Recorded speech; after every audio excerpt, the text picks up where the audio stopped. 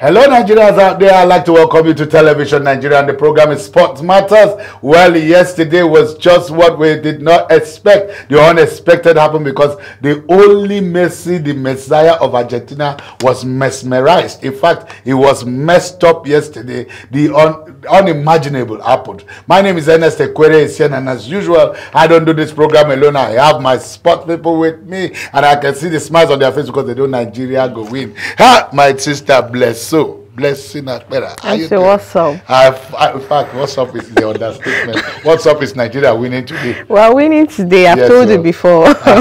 So we just come and sing, go Super Eagles, go, go, go, go, go, go Super Eagles, go, go. We're there, we're and there. And also I have with me a Feso Sam. How are you, brother? Yeah, I'm fine. Good morning, MC. Good morning, Blessed. Good morning, Sam. Yesterday, I was happy. I was happy. Very, very happy. Only if we can build on that one and, okay, we go to the next round. I was praying for a draw yesterday. I was saying, I started doing my own calculation that if peradventure there's a draw between Argentina and Croatia, that means Argentina will have 2 points. You understand? Croatia will now have 4 points. So if Nigeria now beat Iceland, we'll now have 3 points. Then all we need from Argentina is score more goals in Iceland, then just draw Argentina, and they will qualify. But from what happened yesterday, it was, for me, it was a huge upset where Croatia from nowhere, they crushed Argentina and they mesmerized the mesmerizing Messi and messed him up. So how did you people see that match? What were your observations? Because you saw how the goalkeeper did a bonanza of dashing the ball to the striker who scored the first goal. So how did you people see that match? First and foremost, let's look at the boy itself. That's Telstar 18. Is it a repeat of Jabulani? Because the same mistake, we look at the against the match, the Spanish goalkeeper, where he fumbled and then donated the ball. That was to Ronaldo. That was against Portugal. The one that's the second goal from Ronaldo. And yesterday too, another repeat of. Is it something that has to do with the ball? Is it a goalkeeper's mistake?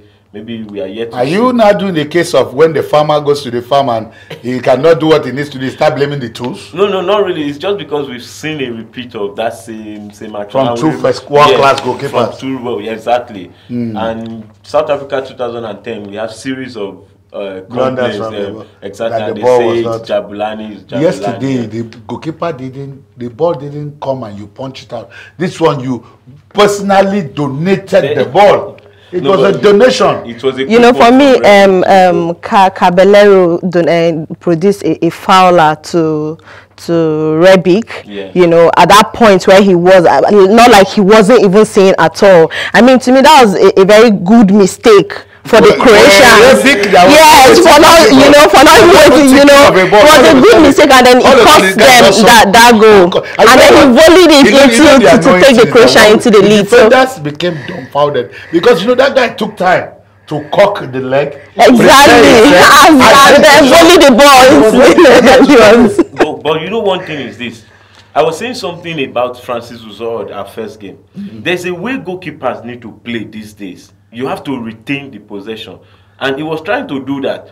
Ordinarily, if he was going to kick the ball out, he would have trapped the ball, exactly. Kick out. But now he wanted to play out from the back, which is the same pattern. Is he a defender? Are you a goalkeeper? I use your hand or was it a back pass? It was a back pass. So it was the back pass clear to where that was what was over. But that was his aim. That was his aim. You remember our first match against Croatia? Anybody just send back pass to Zoe, the boy does not want to know whether players are in front or not.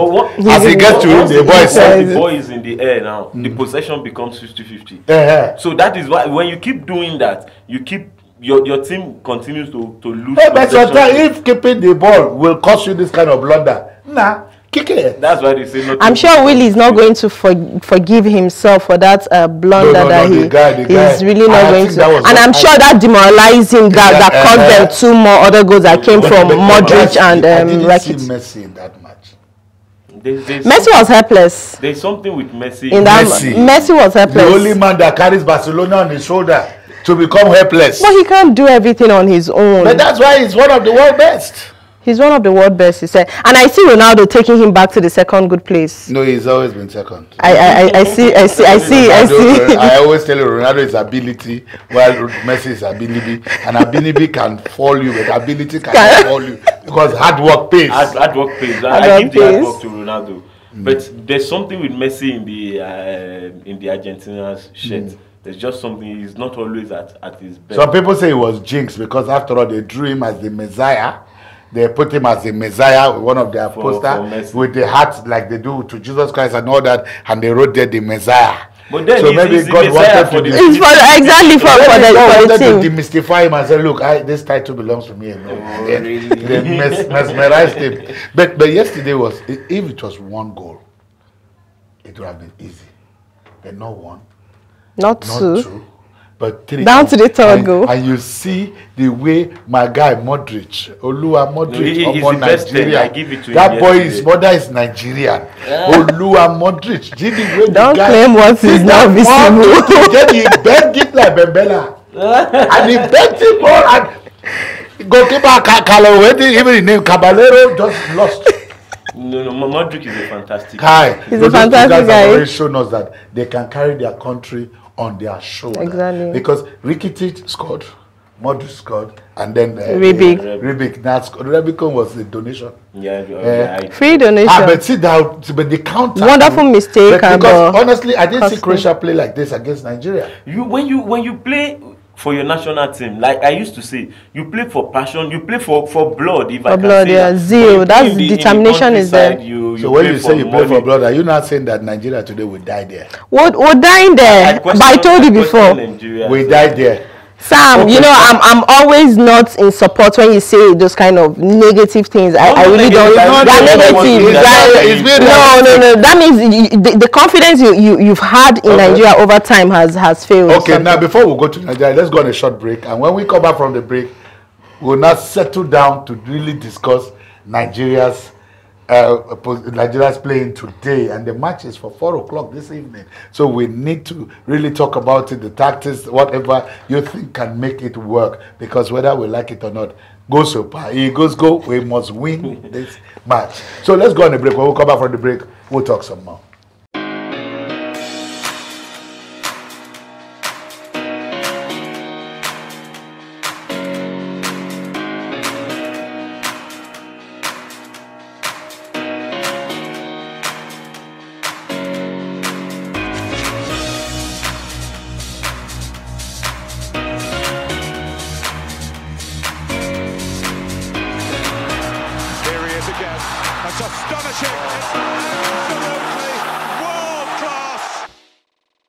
I'd like to welcome you back from the break. It's still Sports Matter here on television Nigeria. Before we went on that break, we were looking at our Super Eagles performance today.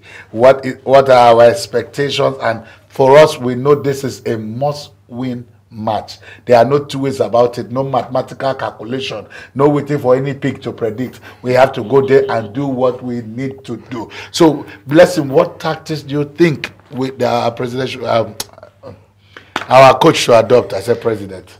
General knows better as it stands right now to think that the last time Argentina lost their second match in the World Cup was in 1974, and it happened again in this World Cup, Russia 2018. That means we have a chance now to see that Argentina, I'm sure they failed woefully yesterday, you know, 2-3-0 was something. It was an upset.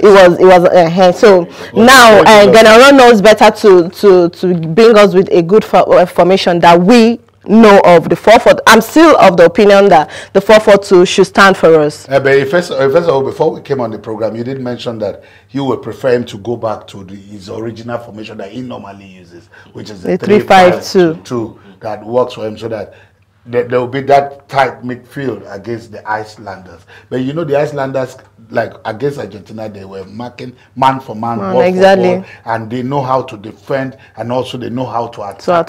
They have That's how they got that goal against Argentina. What do you think Coach Ross should do differently from what he did against Croatia that will help us maybe perfect what we need to perfect, so as we can have a good game today, because we need a win? I will take it from where Blessing stopped. We cannot overwrite that fact that he must come out with his formation. Tell us what you want to play. Make the boys stick to it. The 4-3-3 obviously is not working. So if you look at the second match against the second half against England and Czech Republic during the friendlies. He switched to 3-5-2. In the second half, lost the games, but you see that they came back they were better. So let's start with what will help the team and what they are familiar with. And again, our boys, let's actually do something like let's play like the game is actually at stake, not Sam, as it is now, the game is at stake. So they should really come. They are going to produce that game. It's at stake. But Nigeria, do you see Nigeria playing very well under pressure? Nigerians are not, our players are not too good at playing under pressure. Although they did it against Argentina in the friendlies where they were down 2 goals and then they came back, equalized and later won by 4-2. So do you see Nigeria, because they easily bugged under pressure? Yes. If you are playing 64 teams and you want to come out as number 1, that's already a pressure, exactly. A pressure zone on its own. So going to the World Cup, you are not going there to relax for excursion. You are going there to fight, and you have to go there to fight and really fight. And it sounds like this match is a must-win. I'm also making emphasis on that. You know, we're having that in mind that we must win this match. The pressure shouldn't even matter at all. If we win this match, let's go to the calculation. We have to win the match. So if we win this match now, we'll have 3 points. We have 3 points. Argentina already has 1 point, and they have 1 more match to go. Croatia now has secured their place. Whether win or lose, they have 6 points. So now we are between the Icelanders, Argentina, and ourselves. And we don't have a point yet. The Icelanders have a point. Argentina has a point. Now Argentina has lost, but they have 3 goals deficit. Well, we have 2 goals deficit. So if Nigeria wins today's match, that's if we win the match. That will give us 3 points. What are still our chances of winning, of qualifying for the next round? We must come out with something from this match.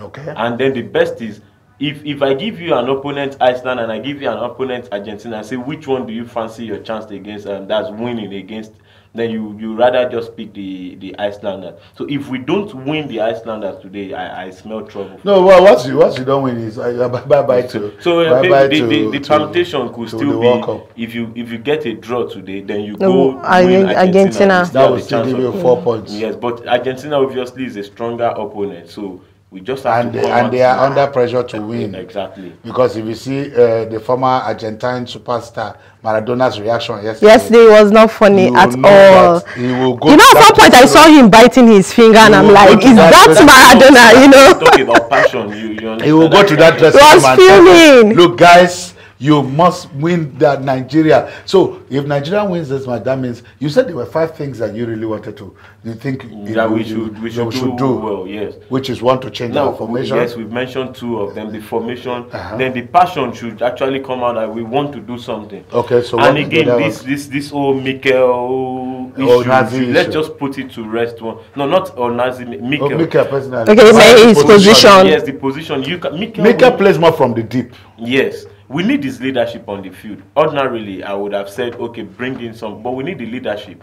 So if you are going to play Mikel on the field, play him in a familiar position, yes, exactly. Position, where he spreads the ball from there. Best. Mikel is a very good player, obviously. We've seen that. But if you play him out of position, you have a problem. Play him out of position. But for 2 years now, Ganaro has been playing him at that on that same position. 10, he always plays at the front, and it has been working. At least he even got a goal from that. From there, yes, it's been wonderful. We cannot take that out of Mikel. But then the pace was lacking. It was that pace that couldn't give us that cohesion in that match. So that means we need to set more set pieces. If we go to that, if we play the 3-5-2 formation, that means Igalo would now have either Ian Acho or Musa to pair with him. Simiwanko to pair with him. While this other one, Mikel and the rest will push the ball to them, and then the wings will now come alive. Yes. Because last time we didn't see too much at all. There was no action. And then what are your advice? What advice will you advise them against set pieces? Most of the goals that have been scored in this World Cup, and most of them came at least let's say 60 to 70% of them came from set pieces, either from free kicks or from the corner. Kick. So from corner, like against Nigeria, the 2 goals came from the 3 straight matches now we've considered set piece. So what will you advise the coach to do concerning that? Do you think Anomeru will make it better because he's tall, he jumps and he's up in the air, pairing with Balogun, or you still see a trusted complaint again? The Icelanders are taller than the Croatians, taller than the English guys, taller than the Czech Republic. Those guys are... And taller and fitter. Vikings. Yeah. Exactly. So we need to go down there, talk about yourself, and which I'm very sure they must have been working on. If he comes out today and then we still suffer from set piece, then I think Rush should go. Rush will go. If we did mention something before coming onto the program. We said that what is wrong with using our local coaches for it? Cisse played with the team and he's now their coach, and you saw the passion of Senegal. You saw the way he was even on his feet 247, talking to some of his teammates. He played with, talking to the hey, move here, move there, and it was going. He was almost on the pitch. I used to see Samson Siasia doing that for Nigeria. So why don't we just allow these guys run our football instead of bringing Oyibo? The thing is, they believe we have for our coaches here, our home-based coaches, or the Nigerian coaches, so to say, that we should even think of picking from. They believe is low. Now we believe that the foreign coaches will give us something better. But I know exactly that did wonderfully well for Nigeria. Buffingjo tried. The Olympics. He tried. Apart from those 2, I've not seen every other tournament we've gone to. It's either the late Shaibu Modu or Samson Siasia or Guavon or the late Keshi. So they have always done well. They come up tops. They do very well. So for me, I think after this World Cup, we should go back to the drawing table. But I pray that Nigerians will. The Nigerian team will do us proud this time around. No disrespect to General, but foreign coaches, I think they come do the job because of for the money. So there's no passion. Yes, there's no. It's all about the money. Why we cannot use a local coach? It's politics. We are not going to. So it's a general for the money. No, I didn't say that. Not that anyway. Right, well, that's the much we can talk about. But don't forget, by 4 o'clock, the Nigerian match will be played, and we will be back here in the studios for the after-match analysis, where we're going to look at it. And I believe by that time, when we come back, we'll be saying, "Go Super Eagles, go, go, go, go, go, go Super Eagles, go, go, go, go, go." So until we come your way again later after the match, my name is Daniel Tekwese, and I have Blessing and Sam with me, and we will talk to you later. Do have a blessed day.